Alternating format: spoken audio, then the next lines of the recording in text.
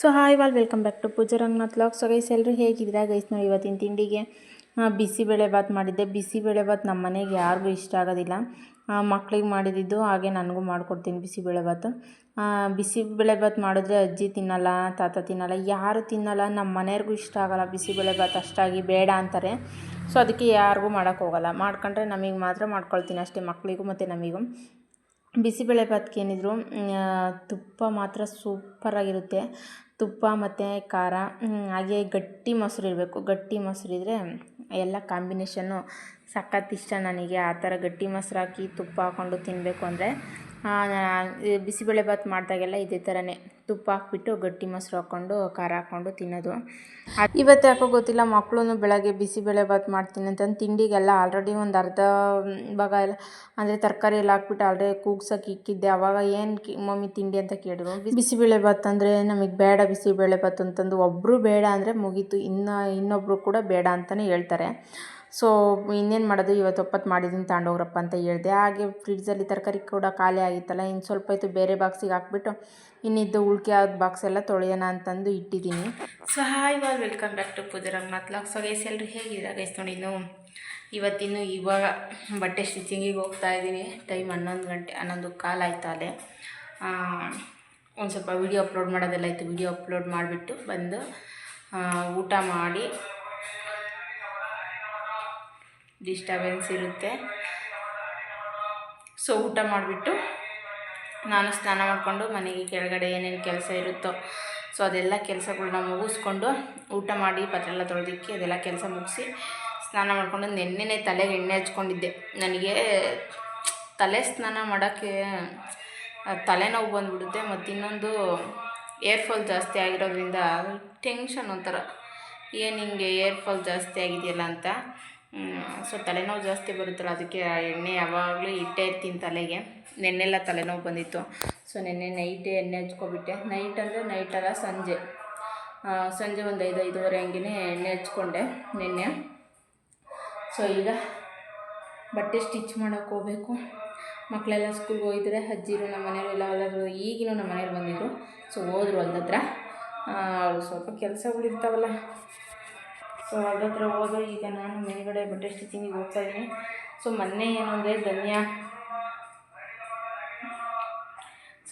ಅಂದರೆ ಧನ್ಯ ಉರಿಬೇಕಿತ್ತು, ಉರಿಯೋಕ್ಕಾಗಲಿಲ್ಲ. ಅಂದರೆ ಕೆಲಸ ಬ್ಲೌಸ್ ಸ್ಟಿಚ್ ಮಾಡೋದೇ ಸ್ವಲ್ಪ ಜಾಸ್ತಿ ಬ್ಲೌಸ್ ಸ್ಟಿಚ್ ಮಾಡೋವಿದ್ವು. ಸೊ ಮತ್ತು ಯೂನಿಫಾರ್ಮ್ಗಳು, ನಮ್ಮ ಒಂದು ಕೆಲಸ ಬಿಟ್ಟರೂ ಪರವಾಗಿಲ್ಲ, ಮಕ್ಕಳಿಗೆ ಯೂನಿಫಾರ್ಮ್ಗಳು ಸ್ಟಿಚ್ ಮಾಡಿಕೊಡ್ಬೇಕು. ಯಾಕಂದರೆ ನಾವು ಸ್ಕೂಲ್ಗೆ ಹೋಗ್ಬೇಕಾದ್ರೆ ನಾವು ಕೂಡ ಯೂನಿಫಾರ್ಮ್ಗೆ ಎಷ್ಟು ಪರದಾಡ್ತಿದ್ವಿ. ಇವಾಗಂತೂ ಊರಲ್ಲಿ ತುಂಬ ಜನ ಟೈಲರ್ ಇದ್ದಾರೆ, ಬಟ್ ಆವಾಗ ಅಷ್ಟು ಜನ ಟೈಲರ್ ಇರಲಿಲ್ಲ. ಆವಾಗ ಯೂನಿಫಾರ್ಮ್ ಸ್ಟಿಚ್ ಮಾಡಿಸ್ಬೇಕು ಅಂದರೆ ಎಷ್ಟು ಟೆನ್ಷನ್ ಆಗೋದು ಅಂದರೆ ನಮಗೆ ಆವಾಗ ಸರ್ ಬೈತಾರೆ, ಮ್ಯಾಮ್ ಬೈತಾರೆ, ಬೇಗ ಸ್ಟಿಚ್ ಮಾಡಿಸ್ಕೋಬೇಕು ಅನ್ನೋದೊಂದು ಇರೋದು. ಆವತ್ತಿನ ದಿನ ಹಾಕೊಂಡೋಗಿಲ್ಲ ಅಂದರೆ ಏನೋ ಭಯ. ಆವಾಗೆಲ್ಲ ಸ್ಟ್ರಿಕ್ಟ್ ಜಾಸ್ತಿ ಇತ್ತು, ಈಗೂ ಇರುತ್ತೆ, ಬಟ್ ಆವಾಗ ಸಖತ್ತು ಭಯ ಇತ್ತು. ಯೂನಿಫಾರ್ಮ್ ಹಾಕೊಂಡೋಗಿಲ್ಲ ಅಂದರೆ ಎಲ್ಲಿ ಬೈತಾರೆ ಅನ್ನೋದು. ಸೊ ಅದಕ್ಕೋಸ್ಕರ ನಾವು ಆ ಸಿಚುವೇಶನ್ನ ಫೇಸ್ ಮಾಡಿರೋದ್ರಿಂದ ಈಗಿನ ಮಕ್ಕಳಿಗೆ ಯಾರಾದರೂ ಯೂನಿಫಾರ್ಮ್ ಸ್ಟಿಚ್ ಮಾಡೋಕ್ಕೆ ಕೊಟ್ಟರೆ ಇಂಥ ದಿನ ಬೇಕು ಅಂದರೆ ಅಂಥ ದಿನ ಕರೆಕ್ಟಾಗಿ ಸ್ಟಿಚ್ ಮಾಡಿಕೊಟ್ಟಿರ್ತೀನಿ. ಯಾಕೆಂದರೆ ಪಾಪ ಅವರು ಬೈಸ್ಕೋಬಾರ್ದಲ್ವ ಸರ್ ಸ್ಕೂಲಲ್ಲಿ, ಮತ್ತು ಸರ್ ಹತ್ರ ಮ್ಯಾಮ್ ಹತ್ರ ಬೈಸ್ಕೊಳ್ತಾರೆ ಅಂತಂದು ಬೇಗ ಸ್ಟಿಚ್ ಮಾಡಿಕೊಡ್ತೀನಿ. ಸೊ ಅದಕ್ಕೋಸ್ಕರ ಧನಿಯಾ ಉರಿಯೋದು ನಿಂತೋಯ್ತು. ಸೊ ಇನ್ನೂ ಧನಿಯಾ ಪೌಡರ್ ಇತ್ತು, ಅಂದರೆ ಮಸಾಲ ಪೌಡರ್ ಇತ್ತು, ಪರವಾಗಿಲ್ಲ ಅಡ್ಜಸ್ಟ್ ಆಗುತ್ತೆ ಅಂತಂದು ಫಸ್ಟ್ ಅವರಿಗೆ ಯೂನಿಫಾರ್ಮ್ ಸ್ಟಿಚ್ ಮಾಡಿಕೊಡೋಣ ಅಂತ ಸ್ಟಿಚ್ ಮಾಡಿಕೊಟ್ಟೆ. ಸೊ ಇವತ್ತು ಧನಿಯಾ ಹುರಿದ್ಬಿಟ್ಟು ಇವಾಗ ಏನು ಇಷ್ಟು ಬೇಗ ಉರಿಯಲ್ಲ, ಅಂದರೆ ಸಂಜೆನೇ ನಾನು ಮಿಲ್ಲಿಗೆ ಹಾಕ್ಸ್ಕೊಬರೋಕ್ಕೆ ಹೋಗೋದು. ಮಧ್ಯಾಹ್ನ ಟೈಮ್ ಅವರೆಲ್ಲರೂ ಅಂದರೆ ಹೊಲ್ದತ್ರ ಎಲ್ಲಾದರೂ ಕೆಲ್ಸಕ್ಕೆ ಹೋಗಿರ್ತಾರೇನೋ ಅಂತಂದು ಸಂಜೆ ಒಂದು 3 ಗಂಟೆ ಮೇಲೆ ಧನಿಯಾ ಹುರ್ಕೊಂಡ್ರು ನಡೆಯುತ್ತೆ. ಸಂಜೆ ಮಕ್ಕಳೆಲ್ಲ ಬಂದಮೇಲೆ ಹಾಕಿಸ್ಕೊಬರೋಕ್ಕೆ ಸರಿ ಹೋಗುತ್ತೆ. ಸೊ ಧನಿಯಾ ಹುರ್ಕೋಬೇಕು ಸಂಜೆ ಮೇಲೆ.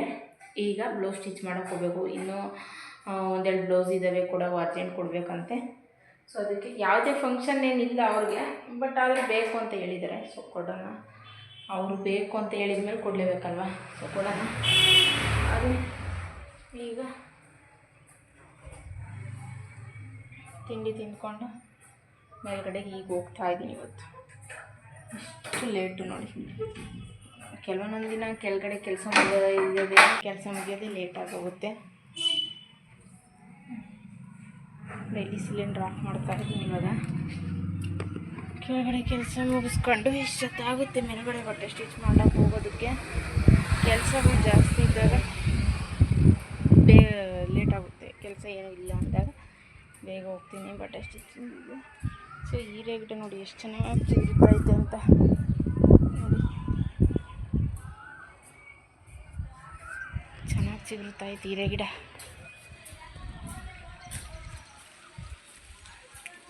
ಕರೆಂಟ್ ಐತಪ್ಪ, ಕರೆಂಟಿಂದೊಂದು ಪ್ರಾಬ್ಲಮ್ ನನಗೆ ಏನಂದರೆ, ಈ 3-4 ದಿನದಿಂದ ಕಾಲಲ್ಲಿ ತುಳಿದು 2 ದಿನ ಅಂತೂ ಫುಲ್ ಕರೆಂಟೇ ಇಲ್ಲ. ನಿನ್ನೆ ಒಂದು ಹಾಫ್ ಡೇವರೆಗೂ ಕರೆಂಟ್ ಇರಲಿಲ್ಲ. ಸೊ ಅದಕ್ಕೆ ಮೊನ್ನೆನೂ ಹಾಫ್ ಡೇ ಕರೆಂಟ್ ಇರಲಿಲ್ಲ. ಸೊ ಕಾಲಲ್ಲಿ ತುಳಿದು ಕಾಲೆಲ್ಲ ನೋವು ಬಂದುಬಿಟ್ಟಿದ್ದಾವೆ. ಅದಕ್ಕೆ ಫಸ್ಟ್ ಬಂದಿದ್ದ ತಕ್ಷಣ ಕರೆಂಟ್ ನೋಡಿದೆ ಇತ್ತೋ ಇಲ್ವೋ ಅಂತಂದು. ಗ್ಯಾಸ್ ಬೇರೆ ಖಾಲಿ ಆಗೋಗಿದೆ. ಸೊ ಗ್ಯಾಸ್ನವ್ರು ಬೇರೆ ಬರ್ತಾರೆ, ಮೇಲ್ಗಡೆ ಇರ್ತೀನಿ, ಗೊತ್ತಿರುತ್ತೆ ಅವ್ರಿಗೆ ಬಂದಾಗ ಹೋಗಬೇಕು. ಅಂದರೆ ಆಟ ಬರೋದು, ಸೌಂಡ್ ಆಗುತ್ತಲ್ಲ ಆಟ ಬರೋದು ಗ್ಯಾಸಿಂದು, ಇಕ್ಬೇಕು ನೋಡಬೇಕು. ಈ ಗ್ಯಾಸು ಬುಕ್ ಮಾಡಿದಾಗ ಹೆಂಗೆ ಅನ್ನಿಸ್ತಿರುತ್ತೆ ಅಂದರೆ, ಒಂದೊಂದು ಸರಿ ಗ್ಯಾಸ್ಗೆ ಎಲ್ಲಿ ಗ್ಯಾಸ್ ಖಾಲಿ ಆಗೋಗ್ಬಿಡುತ್ತಪ್ಪ ಅನ್ನೋ ಥರ ಟೆನ್ಷನ್ನು. ಯಾವಾಗ ಗ್ಯಾಸ್ ಬಂದರೆ ಸಾಕು, ಆಮೇಲೆ ಮತ್ತೆ ಒಲೆ ಬೇರೆ ಹಚ್ಚಂಗಿಲ್ಲ. ಅದಕ್ಕೋಸ್ಕರ ಗ್ಯಾಸಿಂದೊಂದು ಟೆನ್ಷನ್, ಸಿಲಿಂಡ್ರ್ ಬಂದುಬಿಟ್ರೆ ಸಾಕು. ಸೊ ಈಗ ಬಟ್ಟೆ ಸ್ಟಿಚ್ ಮಾಡ್ತೀನಿ ನೋಡಿ, ಎಷ್ಟೆಲ್ಲ ಇದ್ದಾವೆ ಬಟ್ಟೆಗಳು, ಅವೆಲ್ಲ ಇವಾಗ ಸ್ಟಿಚ್ ಮಾಡಬೇಕೀಗ. ನಮ್ಮ ಮನೆಯವ್ರು ಬಂದರು ಅಂತೂ ಅನಿಸುತ್ತೆ. ಸೊ ನಮ್ಮ ಮನೆಯವ್ರು ಬಂದರು ಅನಿಸುತ್ತೆ. ಗೇಟ್ ಸೌಂಡ್ ಆಯಿತು. ಮನೆಯವ್ರು ಯಾರು ಗೊತ್ತಿರೋರು.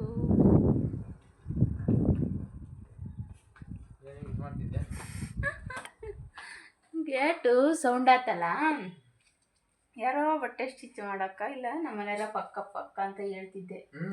ಅದಕ್ಕೆ ತೋರಿಸ್ತಿದ್ದೀನಿ.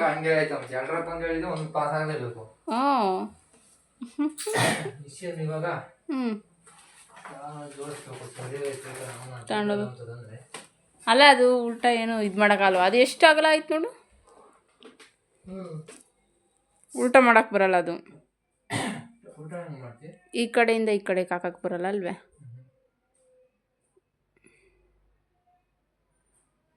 ಹಿಂಗೆ ಬೆಂಡ್ ಆಗುತ್ತೆ ಜಾಸ್ತಿ ಅಲ್ವಾ. ಸ್ಟಡಿ ಕೊಡಬೇಕಿತ್ತು ಸ್ಟ್ರೈಟಾಗಿ.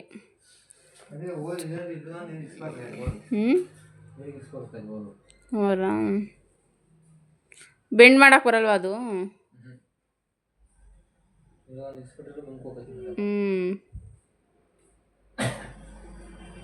ಹಂಗೆ ಮಾಡೋದು, ಜಾಸ್ತಿ ಲೆಂತ್ ಆಯಿತು.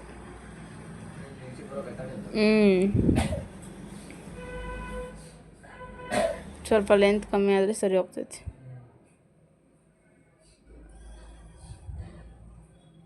ಏನು ಕೆಲಸ ಹೊಲ್ತಾಗಿ ಇವತ್ತು?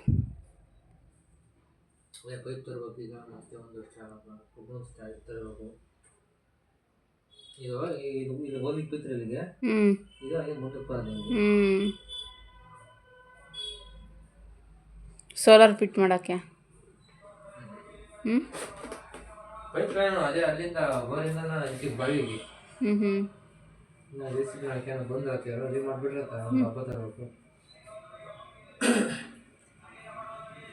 ಸೋಲಾರ್ ಫಿಟ್ ಮಾಡಲ್ಲ ಮತ್ತೆ. ನಂದೇ ನಂದು. ಸೊ ನಂದು ಆವಾಗಲೇ ಬಂದೆ ಕೆಳಗಡೆಗೆ, ಬಟ್ಟೆ ಸ್ಟಿಚ್ ಮಾಡುತ್ತಿದ್ದರೆ ಯಾಕೋ ಕರೆಂಟ್ ಹೋಗೋದು ಬರೋದು ಮಾಡೋದು. ಸೊ ಆವಾಗಲೇ ಬಂದೆ ಕೆಳಗಡೆಗೆ. ಏನಂದರೆ ಧನಿಯಾ ಉರಿಬೇಕಿತ್ತಲ್ಲ, ಸೊ ಅದಕ್ಕೆ ನೋಡಿ ಎಲ್ಲ ಧನಿಯಾ ಉರ್ಲಿಕ್ಕೆ ಅಂತ ಐಟಮ್ ಎಲ್ಲ ತೆಗೆದುಕೊಂಡಿದ್ದೀನಿ. ಇನ್ನು ಸ್ವಲ್ಪ ಇದೆ, ಇದೆಲ್ಲ ಕೆಳಗಡೆ ಇಟ್ಟಿದ್ದೀನಿ ಇಲ್ಲಿ. ಸೊ ಇದು ಒಂದಷ್ಟೆಲ್ಲ ಐಟಮ್ ತೆಗೆದುಕೊಂಡಿದ್ದೀನಿ, ಒಂದ್ರ ಮೇಲೆ ಒಂದೊಂದೆಲ್ಲ ಇಟ್ಬಿಟ್ಟಿದ್ದೀನಿ. ಜಾಗ ಮತ್ತು ಶಾರ್ಟೇಜ್ ಬರುತ್ತೆ ಅಂತಂದು ಒಂದ್ರ ಮೇಲೆ ಒಂದು ಇಟ್ಟಿದ್ದೀನಿ. ಮತ್ತು ನಾನು ಕಲ್ ಮೇಲೆ ಕೂತ್ಕೋಬೇಕಲ್ಲ, ಸೊ ಕಲ್ ಮೇಲೆ ಕೂತ್ಕೊಂಡು ಉರಿತೀನಲ್ಲ, ಅಲ್ಲಿ ಧನಿಯಾ ಈ ಕಡೆಗೆ ಎತ್ತಿಟ್ಬಿಟ್ಟು ಅಲ್ಲಿ ಕೂತ್ಕೊಂಡು ಕಲ್ ಮೇಲೆ ಧನಿಯಾ ಉರಿಯೋದು. ಸೊ ಎಲ್ಲ ಒಂದ್ರ ಮೇಲೆ ಒಂದು ಇಟ್ಟಿಟ್ಟು ಎಲ್ಲ ಒಂದ್ರ ಮೇಲೆ ಒಂದು ಇಟ್ಬಿಟ್ಟು ಈಗ ಧನಿಯಾ ಉರಿಲಿಕ್ಕೆ ಸ್ಟಾರ್ಟ್ ಮಾಡ್ಕೋಬೇಕು. ಏನಾದರೆ ಧನಿಯಾ ಪೌಡರ್ ಮಾಡೋದೇನೋ ರೆಸಿಪಿ ಆಗ್ತಾಯಿಲ್ಲ, ಯಾಕಂದರೆ ಆಲ್ರೆಡಿ ಒಂದ್ಸರಿ ಅಪ್ಲೋಡ್ ಮಾಡಿದ್ದೀನಿ. ಸೊ ಅದಕ್ಕೆ ಏನು ಅಪ್ಲೋಡ್ ಮಾಡೋಕ್ಕೆ ಹೋಗಿಲ್ಲ. ನೋಡಿ ಇಷ್ಟು ಧನಿಯ ಮತ್ತು ಒಣಮೆಣ್ಸಿಕಾಯಿ ಅಂದರೆ ಬ್ಯಾಡಗಿ ಮೆಣ್ಸಿಕಾಯಿ ಇದೆಲ್ಲ ಐಟಮು ಧನಿಯಾ ಕಾಕ ಐಟಮ್ ಎಲ್ಲ ತೆಗೆದಿಟ್ಕೊಂಡಿದ್ದೀನಿ. ಸೊ ಈಗ ಇನ್ನೇನು ಮಕ್ಕಳು ಬರೋ ಟೈಮ್ ಬೇರೆ ಆಯಿತು. ಕೆಳಗೆ ಬರೋದೇ ಲೇಟ್ ಆಗೋಯ್ತು, ಯಾಕೆ ಗಂಟ್ಲೆಲ್ಲ ಒಂಥರ ಆಗ್ತಾಯಿತ್ತು. ಸೊ ನೋಡಿ ಧನಿಯಾ ಹುರಿಯೋಕ್ಕೆಲ್ಲ ರೆಡಿ ಮಾಡ್ತಾಯಿದ್ದೀನಿ. ನಾನು ದೋಸೆ ಆಗಲಿ ಮತ್ತು ಧನಿಯಾ ಹುರಿಯೋದು ಈ ಥರದ್ದು ಏನಾದರೂ ಜಾಸ್ತಿ ಹೊತ್ತು ನಿಂತ್ಕೊಂಡು ಮಾಡಬೇಕು ಅನ್ನೋ ಥರದ್ದು ಏನಾದರೂ ಇದ್ದರೆ ಮ್ಯಾಲೆ ಕೂತ್ಕೊಬಿಡ್ತೀನಿ, ಶಿಸ್ತಾಗಿ ಮ್ಯಾಲೆ ಕೂತ್ಕೊಬಿಟ್ಟು ಕೆಲಸ ಮಾಡ್ಕೊಳ್ತೀನಿ. ಏನಂದರೆ ಜಾಸ್ತಿ ಹೊತ್ತು ಎಷ್ಟೊತ್ತು ಅಂತ ನಿಂತ್ಕೊಳ್ಳೋಕ್ಕಾಗುತ್ತೆ ಹೇಳ್ರಿ. ಆವಾಗಿನ ಕಾಲದಾಗೆಲ್ಲ ಒಲೆ ಹಚ್ಚೋರು ಕೂತ್ಕೊಂಡು ಕೆಲಸ ಮಾಡ್ಕೊಳ್ತಿದ್ರು. ಇವಾಗ ಜಾಸ್ತಿ ಹೊತ್ತು ನಿಂತ್ಕೊಂಡೆ ನಾವು ಕೆಲಸ ಮಾಡಬೇಕು ಪ್ರತಿಯೊಂದೂ. ಸ್ಲ್ಯಾಬಿಂದ ಮೇಲ್ಗಡೆ ಎಲ್ಲ ಕೆಲಸ ಮಾಡ್ತಿರ್ತೀವಿ ನೋಡಿ, ನಿಂತ್ಕೊಂಡೇ ಕೆಲಸ ಮಾಡಬೇಕಾಗುತ್ತೆ. ಅದಕ್ಕೆ ಮೇಲ್ಗಡೆ ಕೂತ್ಕೊಂಡು ಈಗ ಧನಿಯಾ ಹುರಿತಾ ಇದ್ದೀನಿ. ಸೊ ಇನ್ನೊಂದೇನೆಂದರೆ ನನಗೆ ಇದು ಕಿಟಕಿ ಪಕ್ಕನೇ ಇರೋದ್ರಿಂದ ಗಾಳಿನೂ ಕೂಡ ಚೆನ್ನಾಗಿ ಬರುತ್ತೆ, ಹಾಗೆ ಕೂತ್ಕೊಳ್ಳೋಕ್ಕೂ ಚೆನ್ನಾಗಿದೆ ಇದು. ಇಲ್ಲಿ ಈ ಚಪಾತಿ ಮತ್ತು ಚಪಾತಿ ಅಂತೂ ಆಗಲ್ಲ ಬಿಡಿ, ರೊಟ್ಟಿ ದೋಸೆ ಮತ್ತು ಈ ಥರದ್ದು ಏನಾದರೂ ಉರಿಬೇಕು ಅಂದರೆ ಜಾಸ್ತಿ ಹೊತ್ತು ಬೇಕಾದ ಕೂತ್ಕೊಂಡೆ ಕೆಲಸ ಮಾಡ್ಕೊಳ್ತೀನಿ. ಗೈಸ್ ನೋಡ್ರಿ ಮಕ್ಕಳು ಬಂದರು. ಈಗ ನೋಡ್ರಿ ಏನು ಮಮ್ಮಿ ಮಾಡ್ತಿರೋದು ಅಂತ ಬರ್ತಾರೆ ನೋಡ್ರಿ ಒಳಗಡೆ.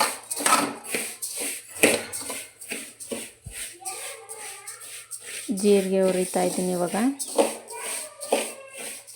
ನೋಡಿ ಇದಿಷ್ಟು ವೆರೈಟಿ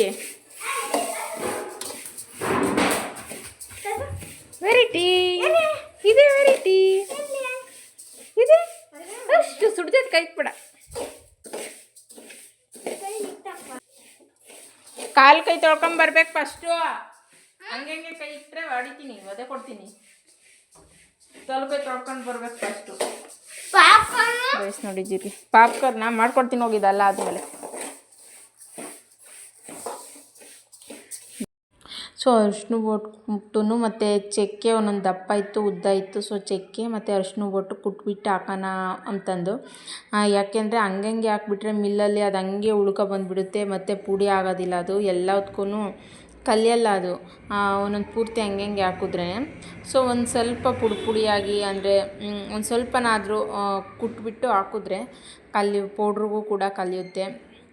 ಧನಿಯಾ ಪುಡಿಗೆಲ್ಲ ನೀಟಾಗಿ ಹೊಂದ್ಕೊಳ್ಳುತ್ತೆ ಮತ್ತು ಮಿಷಿನಾಗೂ ಚೆನ್ನಾಗಿ ನುಣ್ಣಗಾಗುತ್ತೆ ಅಂತಂದು ಈ ಥರ ಕುಟ್ಟುತ್ತಾ ಇದ್ದೀನಿ. ಅರಿಶಿನ ಬೊಟ್ಟು ಮತ್ತು ಚಕ್ಕೆ ಎರಡೂ ಕುಟ್ಟೆ ಹಾಕ್ತೀನಿ. ಬ್ರೇಷನಲ್ಲಿ ಇದ್ದಿದ್ದ ಧನಿಯಾನ ಈಗ ಡಬ್ಗೆ ಹಾಕ್ತಾಯಿದ್ದೀನಿ. ಎಲ್ಲ ಮಿಕ್ಸ್ ಮಾಡೋಣ ಅಂತ ನೋಡಿ ಪೂರ್ತಿ ಫುಲ್ಲು ತುಂಬೋಗ್ಬಿಟ್ಟಿದೆ. ಮುಂಚೆಲೇ ಡಬ್ಗೆ ಹಾಕ್ಬಿಟ್ರೆ ಏನಾಗುತ್ತೆ ಅಂದರೆ ಬಿಸಿಗೆ ಮತ್ತು ಪ್ಲಾಸ್ಟಿಕ್ಕಿಂದೆಲ್ಲ ಒಂಥರ ಸ್ಮೆಲ್ ಬರುತ್ತೆ. ಅದಕ್ಕೆ ಬ್ರೇಷನಲ್ಲಿ ಹಾಕಿದ್ದೆ. ಆರ್ಕೊಂಡಿದ್ದಾದಮೇಲೆ ಈಗ ಡಬ್ಗೆ ಹಾಕ್ಬಿಟ್ಟು ಮಿಕ್ಸ್ ಮಾಡ್ತಾಯಿದ್ದೀನಿ. ಹುರಿದ್ಬಿಟ್ಟು ಡಬ್ಗೆ ಹಾಕಿದ್ರೆ ಅದೇ ಹೇಳಿದ್ನಲ್ಲ, ಪ್ಲಾಸ್ಟಿಕ್ಕಿಂದ ಒಂಥರ ಸ್ಮೆಲ್ ಬರುತ್ತೆ, ಒಂಥರ ಅನಿಸುತ್ತೆ. ಅದಕ್ಕೆ ಬ್ರೇಷನ್ನಲ್ಲೆಲ್ಲ ಚೆನ್ನಾಗಿ ಆರ್ಕೊಂಡಿತ್ತು. ಅದಾದಮೇಲೆ ಈಗ ಹಾಕ್ತಾಯಿದ್ದೀನಿ. ಹಾಗೆ ಮಕ್ಕಳಿಗೆಲ್ಲ ಹಾಲು ಕಾಸಿಟ್ಟಿದ್ದೀನಿ. ಅವ್ರು ಆಟಾಡಲಿಕ್ಕೆ ಹೋಗಿದ್ದಾರೆ. ಬಂದ ತಕ್ಷಣ ಆಟಾಡೋಕೆ ಹೋದರು. ಸೊ ಬಂದಮೇಲೆ ಹಾಲು ಕುಡ್ಕೊತಾರೆ ಅಂತಂದು ಈಗೆಲ್ಲ ರೆಡಿ ಮಾಡ್ತಾಯಿದ್ದೀನಿ. ನೋಡಿ ಇದು ಬ್ರೇಷನ್ ಫುಲ್ ತುಂಬೋಗ್ಬಿಟ್ಟಿದೆ ಧನಿಯಾ. ಸೊ ಒಂದು ಕವರ್ ಕೂಡ ತೊಗೊಂಡಿದ್ದೀನಿ. ಅಂದರೆ ಬಾಕ್ಸಿಗೆ ಹಾಕೋಕ್ಕಾಗಲ್ಲ, ಬಾಕ್ಸಿಗೆ ಹಾಕಿ ಹೆಚ್ಚಾಗುತ್ತೆ ಅನಿಸುತ್ತೆ, ಅದಕ್ಕೆ ಬ್ರೇಷನಲ್ಲೇ ತೊಗೊಂಡಿದ್ದೀನಿ. ಸೊ ಈಗ ಹೋಗಿ ಧನಿಯಾ ಮಿಲ್ಗೆ ಹಾಕಿಸ್ಕೊಂಡು ಬರ್ತೀನಿ. ಕವರು ಕೂಡ ಕ್ಯಾರಿ ಮಾಡ್ಕೊಂಡು ಹೋಗ್ತಿದ್ದೀನಿ. ಯಾಕೆ ಅಂದರೆ ಅದರಲ್ಲೇನಾದರೂ ಪೌಡ್ರ್ ಹೆಚ್ಚಾದರೆ ಮತ್ತು ಗಾಳಿಗೆಲ್ಲ ಆರೋಗುತ್ತೆ. ಇವಾಗ ಅಂದರೆ ತಗೊಂಡೋಗ್ಬೋದು, ಗಾಳಿಗೆ ಆರೋದ್ರೆ ಯಾರಿಗಾದ್ರೂ ಕಣ್ಣಿಗೆ ಬಿದ್ದರೆ ಮತ್ತೆ ಕಷ್ಟ ಆಗುತ್ತೆ. ಗಾಡಿಗಳು ಓಡಿಸ್ತಿರ್ತಾರೆ ರೋಡ್ ಸೈಡಲ್ಲಿ, ಮತ್ತು ಖಾರದ ಪುಡಿ ಮತ್ತು ಕಣ್ಣಿಗೆ ಬಿದ್ದುಬಿಟ್ಟೆ ಕಷ್ಟ ಅಂತ ಕವರ್ ಕೂಡ ತಗೊಂಡೋಗ್ತಿದ್ದೀನಿ. ಅಕಸ್ಮಾತ್ ಎಕ್ಸ್ಟ್ರಾ ಆದರೆ ಹೆಚ್ಚಾದರೆ ಬ್ರೇಷನ್ ಬಿಟ್ಟು ಇನ್ನೊಂದು ಸ್ವಲ್ಪ ಜಾಸ್ತಿ ಹೆಚ್ಚಾದರೆ ಸೊ ಈ ಕವರ್ಗೆ ಹಾಕಿಸ್ಕೊಂಬರ್ತೀನಿ. ಮಕ್ಕಳಿಬ್ರು ಹೋಮ್ವರ್ಕ್ ಮಾಡ್ತಿದ್ದಾರೆ. ದುಷಿ ಹೋಮ್ವರ್ಕ್ ಮಾಡಬೇಕು ಕೂತ್ಕೊಂಡು. ಬಾಕ್ಲು ಬಿಟ್ಟು ಹೊರಗಡೆ ಹೋದರೆ ಒದೆ ಕೊಡ್ತೀನಿ. ಬಾಕ್ಲಾಗ ಸೊಳ್ಳೆ ಬರ್ತವೆ. ಯಾರ್ದು ಪೂಜೆ ಮಾಡಿದ್ದೀರಾ? ಯಾರು ಪೂಜೆ ಮಾಡೋದು? ಪೂಜೆ ಮಾಡಿ ಮುಖ ತೊಳ್ಕೊಂಡು ಕಾಲು ಕೈ ತೊಳ್ಕೊಂಡು ಪೂಜೆ ಮಾಡಬೇಕು. ಸೊ ಗೈಸ್ ಹೆಂಗೆ ಮಾಡಿದ್ದೀನಿ ಅಂದರೆ ಇಬ್ಬರು ಪೂಜೆ ಮಾಡೋಕ್ಕೆ ಕಿತ್ತಾಡ್ತಾರೆ. ಅದಕ್ಕೆ ಅವನೊಂದು ದಿನ ಇವನೊಂದು ದಿನ, ಅವನೊಂದು ದಿನ ಪೂಜೆ ಮಾಡಬೇಕು, ಇವನೊಂದು ದಿನ ಪೂಜೆ ಮಾಡಬೇಕು. ಬೆಳಗ್ಗೆ ಸಾಯಂಕಾಲ 2 ಟೈಮು ಪೂಜೆ ಮಾಡೋಕ್ಕೆ ಒಪ್ಪಿಸ್ಬಿಟ್ಟಿದ್ದೀನಿ. ಈ ಥರ ಮಾಡಿಬಿಟ್ರೆ ಏನಾಗುತ್ತೆ ಅಂದರೆ ಇಬ್ಬರು ಕಿತ್ತಾಡ್ದಲ್ಲೇ ಪೂಜೆ ಮಾಡ್ತಾರೆ. ಸೊ ಮಿಲ್ಗೆ ಧನಿಯಾ ಹಾಕ್ಸ್ಕೊಂಡು ಹೋಗೋಣ ಅಂತಂದು ಬಂದೆ ನೋಡಿ. ನಮ್ಮೂರಲ್ಲೇ ಇರೋದು ಮಿಲ್ಲು. ಸೊ ಎಲ್ಲೂ ಹೊರಗಡೆ ಹೋಗೋ ಅವಶ್ಯಕತೆ ಇರೋಲ್ಲ. ಹೊರಗಡೆ ದೂರ ಎಲ್ಲಾದರೂ ಹೋಗೋದಿದ್ರೆ ನಾನು ಮಿಲ್ಗೆ ಹೋಗ್ತಿರ್ಲಿಲ್ಲ ಬಿಡಿ, ನಮ್ಮ ಮನೆಯವ್ರನ್ನೇ ಕಳಿಸ್ತಿದ್ದೆ. ಅಲ್ಗೂ ಅಕ್ಕಿ ಈ ಥರದ್ದು ಏನಾದರೂ ಸಣ್ಣ ಪುಟ್ಟದ್ದು ಹಾಕಿಸ್ಕೊಬರಂಗಿದ್ರೆ ಮಾತ್ರ ನಾನು ಮಿಲ್ಗೆ ಹೋಗೋದು. ರಾಗಿ ಈ ಥರದ್ದೆಲ್ಲ ಅವರೇ ಹಾಕಿಸ್ಕೊಬಂದು ಕೊಡ್ತಾರೆ. ಏನಂದರೆ ಜಾಸ್ತಿ ತಗೊಂಡು ಹೋಗ್ತಾರಲ್ಲ ಮಿಲ್ಗೆ, ಎತ್ಬಿಟ್ಟು ಹಾಕ್ಲಿಕ್ಕೆ ಆಗೋದಿಲ್ಲ ಅಂತಂದು ಅವರೇ ಹೋಗ್ತಾರೆ. ಬೇಸ್ ನೋಡಿ ಹಾಕಿಸ್ಕೊಬಂದೆ ಮಿಲ್ಗೆ. ಅದೇನೆಂದರೆ ಬ್ರೇಷನಲ್ಲಿ ತುಂಬ ಇತ್ತಲ್ಲ, ಮತ್ತು ಚೆಲ್ಬಿಟ್ರೆ ಆಯಿತು ಅಂತ ಡಬ್ಬಿಗೆ ಶಿಫ್ಟ್ ಮಾಡ್ಕೊಂಡು ತಗೊಂಡೋದೆ. ನೋಡಿ ಎಷ್ಟು ಕಲರ್ಫುಲ್ಲಾಗಿ ಬಂದೈತೆ ಅಂತೆ. ಪುಡಿ ಮಾತ್ರ ಸಾಕತ್ತಾಗೈತೆ, ಸ್ಮೆಲ್ ಗಮ್ ಅಂತೈತೆ. ಸೊ ಯಾರೆಲ್ಲ ಇನ್ನೂ ನನ್ನ ಚಾನಲ್ನ ಸಬ್ಸ್ಕ್ರೈಬ್ ಮಾಡ್ಕೊಂಡಿಲ್ಲ ಸಬ್ಸ್ಕ್ರೈಬ್ ಮಾಡ್ಕೊಳ್ಳಿ. ಇನ್ಸ್ಟಾದಲ್ಲಿ ಕೂಡ ಹಾಗೆ ಫಾಲೋ ಮಾಡ್ಕೊಂಡು ನೋಡಿ. ಸೊ ಇವತ್ತಿನ ವಿಡಿಯೋ ಇಷ್ಟೇ. ಸಿಗುವ ನಾಳೆ ಮತ್ತೊಂದು ಹೊಸ ವಿಡಿಯೋದೊಂದಿಗೆ. ಅಲ್ಲಿವರೆಗೂ ಟೇಕ್ ಕೇರ್, ಬಾಯ್.